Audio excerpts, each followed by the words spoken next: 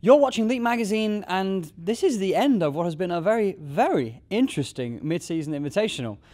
Following up on our caster rotation, I have the Count of the OGN. Welcome, MonteCristo. Thanks. Nice to be here. That's it. I was literally just going to leave you hanging to see how awkward that made you feel. I cast with Doa. You can't possibly be more awkward. Oh, he's good. He's good. So obviously we are going to have to confront the elephant in the room. You're wearing the colours. You're flying the flag. You're holding up with the hype train. That's right. And unfortunately, it seems as though that station came just one stop too early, to put it frankly. I'm not going to ask you about the whole why did they lose? But actually, I am. I'm just going to rephrase it. So obviously. Why? What happened? They were the favourites by anybody. This was their first place to lose when we entered, but somehow they kind of faltered along the way. What do you think happened? I mean, coming into this event, most people would have put EDG and SKT as the top two teams in the world. So I don't think that a lot of people. I predicted SKT to win. I predicted them to win the finals 3-2, but I thought it would be a very close series. EDG's strength is pretty obvious considering their record in China. So I don't think that the SKT was like an overwhelming favorite in this particular tournament, and EDG played very well. And as we saw in the finals, they really had some very good prep. We know their coach Aaron, formerly of WE, has long been one of the best in the world in terms of helping his team out, preparing their strategies, and it really showed through. Especially that Game 5 was awesome, and they really baited out that LeBlanc pick, and they had immediately a plan to counteract it, and they dealt with it. So a lot of respect to EDG. It was just a great tournament. Your colleague Dora had some interesting observations on the state of the Korean meta, and that this almost exodus of talent has kind of crippled the area to some extent, how everybody's kind of, flowing into the rest of it. We see Fnatic having picked up two people who have turned their game completely around and obviously been a dominant factor in Europe and molding that meta. The Chinese are taking their influx of it as well. Do you think this somehow spells the end of that absolute dominance, or are we merely in some kind of lull before the next generation rise up and take over again? Well, that's going to be the question, right? Is that because Korea, a lot of these teams, there were a lot of factors in play, including over 20 players leaving the region, and then the change in the structure as two teams became one as well. So a lot of these guys are just getting used to playing with each other because it's kind of like a mixed bag. Obviously, what we saw tonight was kind of a mixture of SK Telecom, S, and K, and this happened about 6 months ago. So it's been a pretty massive change for the scene, and a lot of the rookies too that look promising are still sort of coming into their own. Obviously, SK Telecom was unable to field some of their substitutes, particularly Tom, which may have been a difference maker in this series. We'll never know. Tom is very inconsistent. He's either great or absolutely terrible. So I'm not sure how much of a difference that would have made, but it's probably going to take more time for some of the rising talents to really hit their stride in Korea and get enough experience. So by Worlds, I think overall the Korean scene should be in a better place. And the Chinese teams also will have more of a chance to gel with these mixed rosters. So I think it'll still be very close come Worlds time between China and Korea. As for everyone else, as for the other regions, there may be maybe one Western team that will be one or two that's going to be very powerful at Worlds, but beyond that, I think there's still a big advantage to the Asian regions. Okay, that kind of begs an interesting question actually, because if these regions are so dominant, so powerful to some extent, a lot of it is obviously, as I've heard both you and Doa mention before, has a lot to do with the fact that they simply have more people to scrim against, and more people play ranked, and there's like a higher competitive level. Do you think in any way that it would be feasible for like the global scene if we had more international tournaments, even just of a smaller scale, so you have these scrims more often?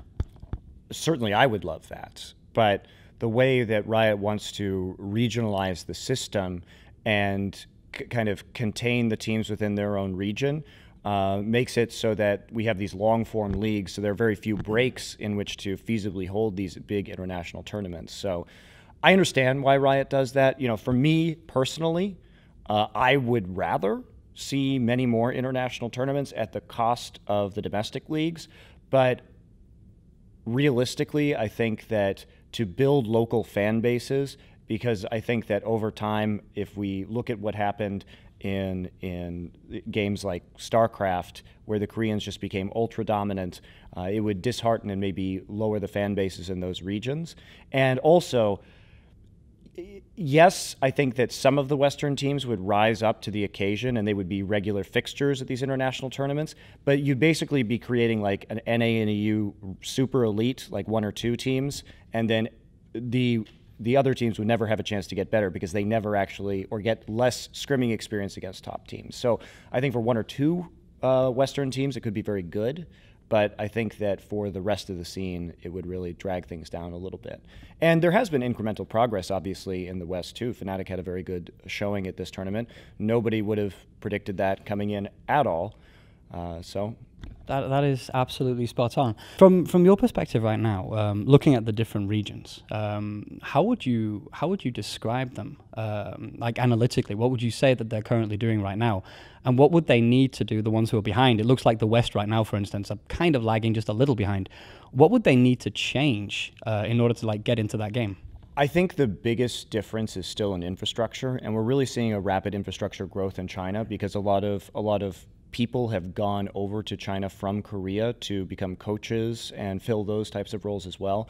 And we're only starting to see, in the past year, we've only started to see kind of live-in on-site coaches among the Western teams. And that's so important to developing as an organization and making sure that you're adequately prepared and that you can keep your players under control and focused and happy and all of those other things. So the West, and the problem is because it's so recent, we really don't know who the good coaches are in the West yet, because no one has the same kind of expertise as some of the people in Korea and China who have been esports coaches for years and years and years and years and years, right? So it's going to be, I think, a bit of a struggle for a time as teams identify who is a good coach and who is not, and some teams are going to find somebody that they think is really good who doesn't turn out to be that great, and some teams are going to luck out and find somebody who's really good immediately. But even comparing in this very event, if we look at our 2 finalist teams, Aaron's been around the scene for coaching League of Legends for 3-4 years already. And Koma's obviously been with SK Telecom since, 2013, so he's got a few years under his belt as well. So it's just going to take some time to have that infrastructure develop. But once it does, I think that's where we're going to start to see more competition in and of as much as that's possible. You brought up the solo queue issues earlier, which are really also a big factor because there are just fewer ranked players in North America, and the server populations are small. They're smaller in North America than they are in Korea and Europe, for example. So you have fewer players to draw from, less competition, and so that affects players' mechanics and ability to play at the highest level as well. Yeah, okay, and that kind of back to the whole, would it be better if we had more like cross scrims just to broaden that pool? Which is obviously an interesting thing. One last question to kind of wrap it up somehow. Seeing as the tank meta is taking over again now, do you think we're going back to season 1 and 2, followed by a brawl meta and a bruiser thing? Are we going like in circles all of a sudden, or how's your take on this like step back to the past? Oh no, I don't think this is anywhere near as boring as Season 2. I actually think the game's in a really good place right now. There's a ton of viable champions. We saw in that Game 5 tonight, 2 champions, the Mid Morgana and the Evelynn, come out from EDG and prove highly effective up against what SK Telecom is running, but they're by no means standard picks. So now we have the tank meta. With Cinderhulk, we have this pretty wide array of possible champions to play, and it's looking, in my eyes, it's a lot of fun. And it's not the same turtle meta either that we saw in Season 2 that was so horrendously boring. This is very exciting because now the professional scene and the teams have realized how much you can do with turret diving, and that's something that EDG is obviously very skilled at and showed over the course of this competition. And so with a little bit of extra tankiness, you actually, in some ways, can play more aggressively if you're smart about your dives. So first of all, thanks for joining us. And for the rest of you, for the last bits of the MSI, stay tuned to leapmag.com. Ta.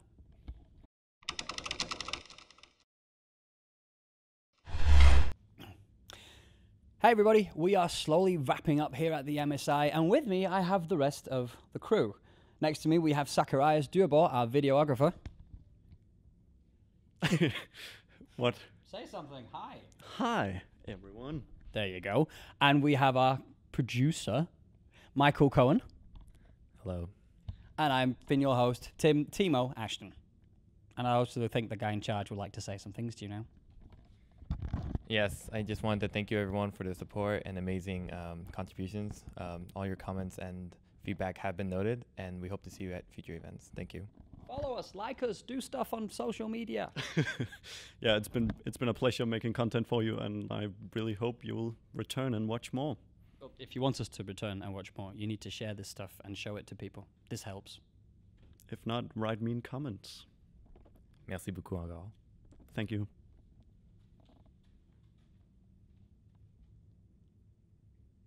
I wish we had a camera of you pressing the button.